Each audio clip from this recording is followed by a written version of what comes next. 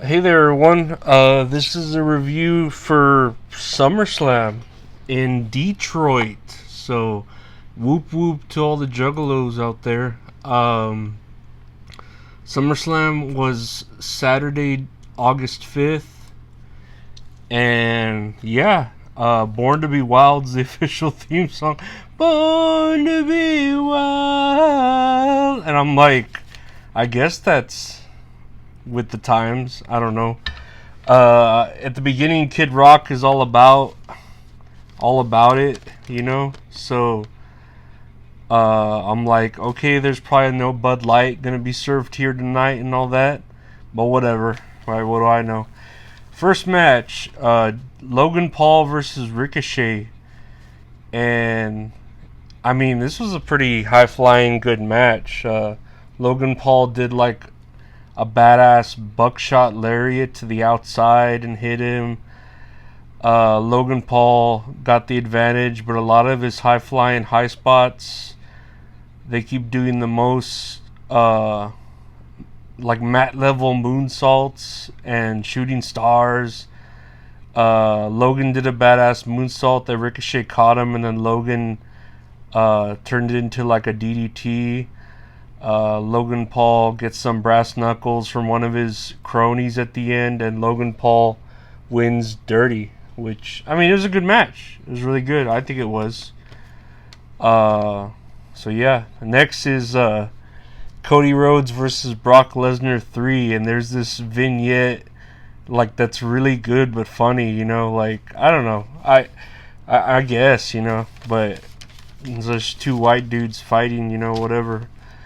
And then Cody Rhodes' theme song cracks you up too, where it's just like, whoa, whoa. There's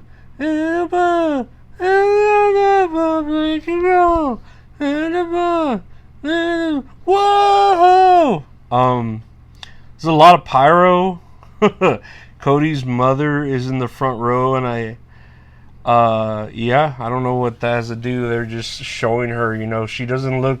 She looks like your stereotypical old mother, which I think is funny too. And then I wrote here, I guess Suplex City comes from Detroit because Brock suplexed Cody like over 10 or 12 times. He suplexed him a lot and just kept knocking him out of the ring. And Lesnar's telling him to stay down. And then Lesnar F5s him outside of the ring. And Cody starts making a little bit of a comeback, but Brock suplexes him again out of the ring. Gets F5 through the announce table. But Cody's able to get back in before the 10 count. Cody rips off the top turnbuckle. Cody's using the steel steps for some reason. I'm like, I don't know if that's allowed, but whatever. To make a comeback. Brock gets the armbar Kimura on him. Cody gets a rope break. Cody pushes Brock into the exposed turnbuckle, and now Cody has the Kimura on him for a while, but Lesnar is able to lift him up and slam him out of it. Cody reverses the F5 into the crossroads, does 3 crossroads in a row like a fucking what is it, like the Eddie Guerrero Three Amigos, and then he wins the match clean. And Brock Lesnar's kind of stared at him for a while, and then Brock butts heads with him, puts his hand out, shakes it out of respect, and Brock hugs him and raises his hand like a little brother moment, like, you beat me, little brother, yeah, Next is the Slim Jim Battle Royale. Ooh, stab into a Slim Jim. Everyone is in the ring except The Miz gets an entrance. LA Knight gets an entrance, which gets a huge pop. AJ Styles gets an entrance, and Omos gets an entrance from MVP. LA Knight is the crowd favorite, like I said. It was your basic battle royale until the final 3 people were AJ Styles, Sheamus, and LA Knight. Karrion Kross interferes with AJ Styles and gets him knocks out. And then what? I'm wondering. Oh, at this point, I'm wondering, what do they win? Do they win a bunch of Slim Jims? Do they? What do they win if they win this?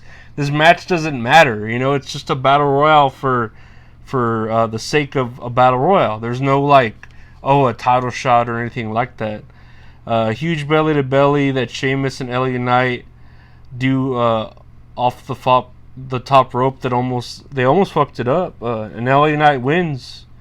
But what does he win? That's what I kept saying. Like, what does he win? He just won. Okay. Next was Rhonda versus Shayna Bazlar, and it says MMA rules match. WWE officials are checking on Shayna, wanting to stop the match. Rhonda throws the officials away, gets an armbar on Shayna. Shayna gets an ankle lock, and Rhonda gets a chokehold. Now Shayna has a chokehold. Rhonda passes out from it, and the ref calls the match. And then now they're having like Bud Light commercials, and I'm like, how the fuck did they get Kid Rock for this if they're gonna do Bud Light commercials? But you know, whatever. That's the business of the world we live in. Attendance is 59,194, and like I said, they're probably all juggalos because it's in Detroit. The next match is Drew McIntyre versus Gunther for the Intercontinental title. Really hard-hitting match. Gunther wins clean. That's all I wrote here. It was a good match. It was just hard-hitting. Next is Finn Balor versus Seth Rollins for whatever title Seth Rollins has, whatever he calls it. Seth Rollins looks like a lizard, like when they're running, you know, because of his outfit. That's what he looks like. But whatever. Dude, everyone loves Seth Rollins. They're like singing his song. How does it go? Whoa ho ho ho ho ho ho ho, or something like that. I don't know, but they all love him. Rhea Ripley is bigger than both of these dudes. I wrote that down. They're going through the match, and then Damian Priest comes out, tried to help by punching Seth Rollins. Judgment Day comes out and tries to distract the ref, and Damian Priest is giving the briefcase to Finn to use it as a weapon, but Finn is confused, like, are you going to cash in? Is that why you're here? And Seth Rollins curb stomps him on the briefcase and wins the match, and now Judgment Day doesn't look like they trust each other anymore. So that's a shame, I guess. I don't know. SummerSlam continues with a triple threat for the Women's Championship. Asuka, Bianca Belair, and Charlotte Flair. Charlotte Flair's outfit is fucking hot. I thought it was hot. All the women look great, though I do love Charlotte's nails the most. But dude, this match, like, I don't think anyone was excited for it. The crowd was super quiet this whole match. Charlotte, you could tell, is trying to save the match by firing up the crowd, but it's like they all needed some of the C4 energy drinks to get to do something. The crowd is so quiet. You could tell, like, the spots they kept setting up Bianca for her somersault spots so that she'd look good. And you could see Charlotte, like, calling the match, like, yelling out what everyone should do the whole time. Charlotte did a moonsault to the outside. She missed Bianca Belair pretty fucking bad. I mean, she didn't hurt herself, but she just missed really bad. These girls look like they're having so much trouble working together. You can see Charlotte Flair's all pissed off at how wrong this match is going. And her knee. Oh, what happens here? Oh, Belair gets thrown out of the ring and hits her knee on the steel steps. These steel steps. And I'm not sure if it's a work or a shoot, because, like, all the medical come out and they start taking her away. So now it's just Charlotte versus Asuka. But then she comes back with her messed up leg, right? And does a 540 splash to break up a figure eight that Charlotte had on Asuka. That kind of wakes up the crowd. Charlotte gets Bianca in the figure 8. Asuka sprays the mist at Charlotte, and Bianca rolls up Asuka and wins. And so everyone's kind of, they're cheering, like, okay, cool. But then Io Sky and Bayley come down. They beat up everyone real bad, and then Io cashes in the Money in the Bank, gets a moonsault on Bianca Belair, and wins. And the crowd, rowdy pops for that, finally. Like, seriously, this match, like, I mean, it was okay, but you could tell it was a mess, and no one wanted to see it. It was just, like, everyone was just bored, like they went to the restroom and shit. Finally is the main event. Roman Reigns versus Jey Uso in Tribal Combat. Jey is wearing white like he's about to be baptized. What is it here? Kendo sticks, steel chairs, tables. Tribal Combat now has leather straps, and they're going into the crowd. Solo Sikoa ends up interfering the match, and Solo carries Jey all the way to the ring, throwing him in the ring. They were going to double team, but Jey moves Solo in the way, and he gets speared by Roman, and then Roman gets speared by Jey. Now Solo doesn't trust Roman because of that spear, and Roman gets speared again by Jey. Solo is trying to put Jey through the announce table, but Jey ends up putting him on there and jumping through it.